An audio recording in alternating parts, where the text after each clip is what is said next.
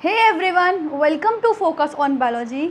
आज हम सेल का नेक्स्ट लेक्चर पढ़ेंगे। ठीक है, जैसे कि मैंने आपको बताया था लास्ट लेक्चर में कि अब हम हर एक टॉपिक को सेपरेटली पढ़ेंगे। ठीक है, जैसे कि मैं एक कॉमन सेल वॉल में क्या क्या होता है वो मैं सब आपको बता चुकी हूँ। अब हम किसी एक एक टॉपिक को करके डिटेल में स्टडी करेंगे। ठीक है, जैसे कि आज मैं आपको पढ़ाने वाली हूँ सेल वॉल। ठीक है, मैं डिटेल में आपको पूरा सेल वॉल बताऊँगी। ठीक है, आज हम पढ़ेंगे सेल वॉल। ठीक है, तो हम स्टार्ट करते हैं अपनी सेल वॉल। इसके जो पॉइंट्स हैं आप नोट भी कर सकते हैं। जैसे कि अब हमने एक सेल ली।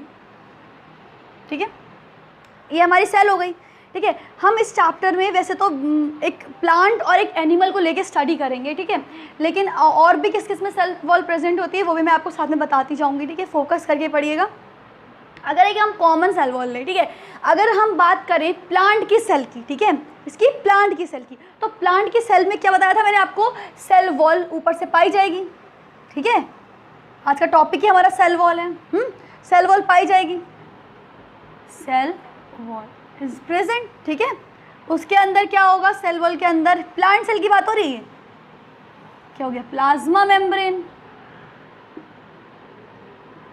ठीक है, प्लाज्मा मेम्ब्रेन। बाकी तो मैं बता चुकी हूँ, पर हमें आज यही मेन दो चीज़ें पढ़नी है। ठीक है, तो आज हमने बताया कि अगर ये प्लांट सेल है, कौन सी सेल है, प्लांट की सेल है, तो इसके ऊपर सेल वॉल प्रेजेंट होगी। और अगर ये एनिमल की सेल है तो उस पर सेल वॉल नहीं होगी। डायरेक्टली कहाँ से स्टार्ट होता है, ये प्लाज्मा मेम्ब्रेन से। ठीक है, प्लाज्मा मेम्ब्रेन से ही सेल वॉल स्टार्ट होती है। बाकी अंदर का सब कुछ होगा कि नहीं होगा वो आगे की बात है। लेकिन अगर हम यहाँ की बात करें तो सेल वॉल प्लांट में प्रेजेंट होती है। ठीक है, अब कोई चीज़ प्रेजेंट है, तो अब कोई चीज़ प्रेजेंट है तो वो किसी चीज़ की भी बनी होगी। ठीक है, तो यह क्वेश्चन बनता है कि जो प्लांट की सेल वॉल है वो किससे बनी होती है, सेलुलोज। किससे बनी होती है, सेलुलोज। ठीक है, प्लांट की सेल वॉल किससे बनी होती है, सेलुलोज। ठीक है, अब बात है, अच्छा सेल वॉल जब यहाँ पे प्रेजेंट है तो यहाँ पे कोई ना कोई सा वर्क भी करती होगी ना, कि क्या काम करती है सेल वॉल, ये भी तो पता होना चाहिए। ठीक है, अगर कोई हमारी सेल है तो सेल को एक स्ट्रेंथ देने का काम करती है, मतलब कोलैप्स होने से बचाती है, स्ट्रेंथ देती है, तो ये हमारा सेल वॉल का काम होता है। ठीक है, और आपने सुना होगा प्लाज्मोडेस्मेटा। ठीक है, जो प्लाज्मोडेस्मेटा होते हैं वो एक कनेक्शंस होते हैं जो दो सेल वॉल के बीच में कनेक्शन करने का काम करते हैं।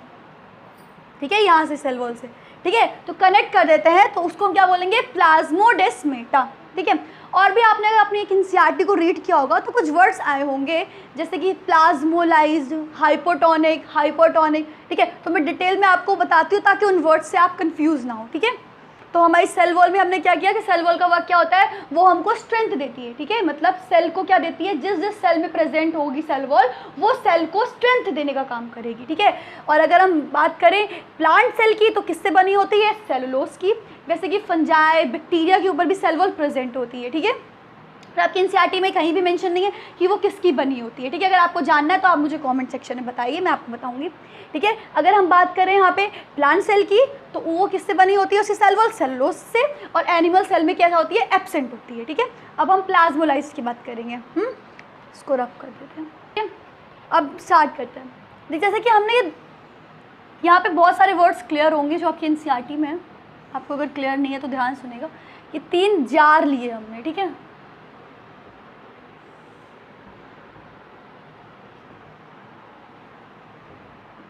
ये 3 जार लिए हमने, और हर एक जार के अंदर हमने एक सेल रखी, प्लांट सेल रखी। ठीक है, हाँ अंदर प्लाज्मा मेम्ब्रेन भी होगी, सब कुछ होगा, पर यहाँ हम बेसिकली किसकी बात करें, सेल वॉल की। ठीक है, तो हमने एक जार लिया, ठीक है, उसके अंदर सेल ली हमने, तीनों जार के अंदर ले लेते हैं। ठीक है,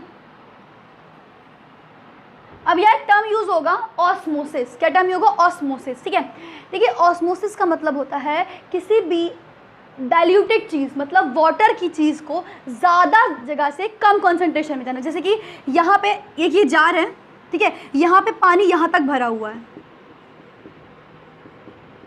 ठीक है, और एक ये जार है जिसमें पानी इतना है। ठीक है, तो ये जुड़ा हुआ है इस चीज़ से, तो पानी आपको भी पता है कि यहाँ से यहाँ जाएगा, मतलब अपनी हायर कंसंट्रेशन से लोअर कंसंट्रेशन की तरफ मूव करना। ठीक है, वाटर का अपनी हायर कंसंट्रेशन से लोअर कंसंट्रेशन की तरफ मूव करने को ही हम क्या बोलते हैं, ऑस्मोसिस। ठीक है, ऑस्मोसिस, ठीक है, हायर कंसंट्रेशन से लोअर कंसंट्रेशन।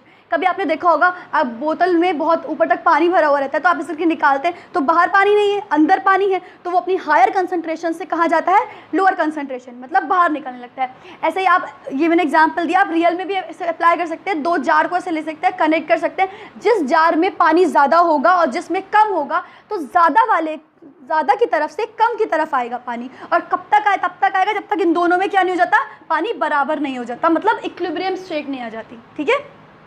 तो इसी टर्म को हम क्या बोलते हैं, ऑस्मोसिस। हायर कंसंट्रेशन से लोअर कंसंट्रेशन की तरफ वाटर के मूवमेंट को हम कहते हैं ऑस्मोसिस, ठीक है। ये वर्ड क्लियर हो गया। उसके बाद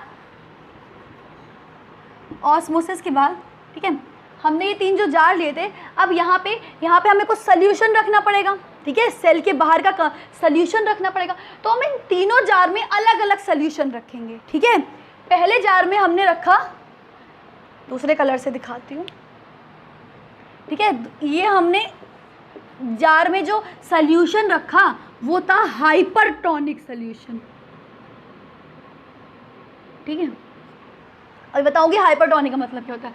जो हमने इस जार में जो हमने सोल्यूशन रखा वो था आइसोटोनिक, और हमने इस जार में जो सोल्यूशन रखा वो सोल्यूशन कैसा था, हाइपोटोनिक, ठीक है। देखिए टॉनिक, अब सोल्यूशन क्या हो गया, सोल्यूशन का मतलब हो गया पानी के कंपोनेंट में हमने कुछ सल्यूट मिला दिया, ठीक है, ठीक है। पानी में जैसे कि हमने पानी में नमक मिला दिया, ठीक है, पानी हमारा सॉल्वेंट हो गया और नमक हमारा सल्यूट हो गया, तो जो मिलके जो बना वो हमारा सॉल्यूशन हो गया, ठीक है। तो हमने ऐसे ही कुछ सॉल्यूशन यहाँ पे मिला दिए, ठीक है। यहाँ था हाइपर, ठीक है, यहाँ पर हाइपरटोनिक मतलब जो कंसंट्रेशन थी ना वो ज़्यादा थी। अब कंसंट्रेशन मतलब आपने यहाँ पे बहुत ज़्यादा वैसा डेंस वाला, मतलब आपने ऐसा पानी, ऐसा सोल्यूशन लिया यहाँ पर जिसमें पानी में आपने शक्कर मिला दी थी, मतलब उसका जो डेंस है ना, उसका कंसंट्रेशन ज़्यादा हो गया, वो बहुत, ठीक है, ये ज़्यादा हो गया, इसमें डेंसिटी उसकी ज़्यादा हो जाएगी, ठीक है। तो क्या हो जाएगा इसमें, अब अभी आपने, ठीक है, तो पानी में जब आपने वो चीज़ मतलब शक्कर मिलाई, ठीक है, तो वो कितना गाढ़ा गाढ़ा सोल्यूशन हो जाता है, ठीक है। तो उसमें आपने देखा होगा तो उसमें पानी कम हो जाता है ना। अगर आप एक तरफ कंपेयर करें कि पानी में नमक मिलाएं और एक तरफ पानी में शक्कर मिलाएं, तो दोनों में अगर कंपेयर करेंगे तो जिसमें आपने शक्कर मिलाई उसमें पानी कम होगा, हाँ, और जिसमें नमक मिलाया उसमें पानी ज़्यादा होगा, मतलब वो ज़्यादा डाइल्यूटेड होगा, ठीक है। तो वही चीज़ देखिए, हाइपर मतलब जितना ज़्यादा कंसंट्रेशन आप सोल्यूट की बढ़ा देंगे, ठीक है, जितना ज़्यादा आप शक्कर बढ़ा देंगे उतना ज़्यादा पानी का कंपोनेंट क्या हो जाएगा, कम हो जाएगा। तो यहाँ पे वही है, ठीक है, तो उसमें शक्कर आपने बहुत ज़्यादा मिला दी, मतलब ये हाइपरटोनिक हो गया, ठीक है। यहाँ आइसोटोनिक मतलब नॉर्मल बैलेंस है हर चीज़, ठीक है। यहाँ पे हाइपो सॉरी, ठीक है, हाइपो में बहुत डाइल्यूटेड मतलब वही एग्जाम्पल जो आपने दिया, मैंने आपको दिया, मतलब आपने पानी में नमक मिला दिया, ठीक है। तो यहाँ पर अगर हम बात करें तो यहाँ पे अगर नमक मिला है पानी में तो यहाँ पे वाटर का कंपोनेंट ज़्यादा हो जाएगा, ठीक है। उसके कंपैरिजन में यहाँ का जो सोल्यूशन है उसमें वाटर कम होगा, ठीक है, जो हमने यहाँ सोल्यूशन ऐसे करके बहा दिया है, ठीक है। तो अगर हम इस केस की बात करें तो अगर यहाँ पे बहुत ज़्यादा मतलब वैसा वाला सोल्यूशन है ना जिसमें सोल्यूट ज़्यादा है, ठीक है, शक्कर वाला जो मैंने आपको एग्जांपल दिया, ठीक है, ऐसा वाला सोल्यूशन है, तो यहाँ के केस में पानी होगा कम, ठीक है, सेल के अंदर होगा पानी ज़्यादा, ठीक है। तो जब पानी अब मैंने आपको बताया था ऑस्मोसिस, ठीक है, तो पानी यहाँ कम यहाँ ज़्यादा, तो अब ऑब्वियस सी बात है जहाँ पानी ज़्यादा होगा वहाँ से किसकी तरफ आएगा, कम की तरफ आएगा। तो क्या होता है इस केस में, हाइपरटोनिक के केस में जो पानी का मूवमेंट होता है वो आउटसाइड द सेल होता है, ठीक है, जितना भी सेल से पानी है वो निचड़ जाएगा और वो बाहर आ जाएगा, ठीक है। अब बाहर आएगा तो सेल कैसी हो जाएगी, श्रिंक हो जाएगी एकदम, ऐसा नहीं था बलून फूटता है तो हो जाता है ना श्रिंक एकदम, तो यहाँ पे सेल कैसी हो जाएगी, श्रिंक हो जाएगी, ठीक है, श्रिंक हो जाएगी, ठीक है। अब यहाँ पे तो नॉर्मल सा, यहाँ पर भी सोल्यूशन सेम है, यहाँ पर भी सोल्यूशन, आइसो मतलब होता है सेम, ठीक है। तो हमने दोनों की क्वांटिटी क्या रखी है, सेम रखी है, तो पानी अंदर भी जा सकता है बाहर भी आ सकता है, एक तरीके से तो एक मतलब बैलेंस है हर चीज़, इक्विलिब्रियम स्टेट है यहाँ पे, ठीक है। तो यहाँ पे जो कंडीशन होती है सेल की उसे बोलते हैं फ्लैसिड, ठीक है। अब यहाँ की बात करते हैं, ठीक है। अब यहाँ पे डाइल्यूटेड है, ठीक है, डाइल्यूटेड है, तो मतलब इसके कंपैरिजन में यहाँ पानी ज़्यादा है। अब पानी यहाँ ज़्यादा है तो ऑब्वियस सी बात है यहाँ से यहाँ जाएगा, अपनी हायर कंसंट्रेशन से लोअर कंसंट्रेशन की तरफ जाएगा। अब पानी अंदर जाने की वजह से सेल बिल्कुल तन जाएगी। मतलब आपने देखा होगा ना बलून के अंदर कभी आपने पानी भरा होगा तो एकदम सेल एकदम तन जाती है, ठीक है। तो यहाँ पर जो वर्ड यूज होगा दैट इज टर्जिड। तो सेल हमारी कैसी हो जाएगी? टर्जिड, ठीक है। और यहाँ पे हम श्रिंक को प्लाज्मोलाइज भी बोलते हैं। क्या बोलते हैं? प्लाज्मोलाइज। जो यहाँ का आज का हमारा टॉपिक था ना प्लाज्मोलाइसिस, ठीक है। तो यहाँ पे हम इसको क्या बोलेंगे? प्लाज्मोलाइज, ठीक है। तो सेल वॉल का एक और फंक्शन होता है प्लाज्मोलाइसिस। उस फिनोमेना के बारे में आपकी एनसीईआरटी में बहुत अच्छे से दे रखा है, तो मैंने आपको बहुत एलेबोरेट करके समझा दिया ताकि आपकी जो एनसीईआरटी के में जो वर्ड्स यूज है ना, हाइपोटोनिक, हाइपोटोनिक, आइसोटोनिक, प्लाज्मोलाइज्ड क्या सेल होती है, श्रिंक होती है, टर्जिड होती है, ये पूरा जो फिनोमेना है इसको हम क्या बोलेंगे? पूरे को प्लाज्मोलाइसिस,